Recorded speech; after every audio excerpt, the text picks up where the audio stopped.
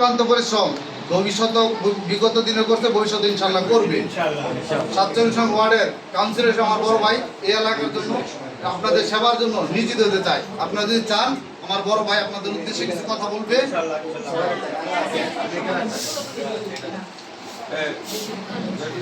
কিভাবে কাজ করবেন, কিভাবে কাজ করলে আমরা বড় ভাই প্রচারণার জন্য আমাদেরকে আগেই বলা হয়েছে আপনারা সবাই নিজের নিজ নিজ দায়িত্বে একজন আরেকজনকে বলবেন, ঠিক আছে? যেন এটা তার ভাই সবাইকে গিয়ে বলা সম্ভব না।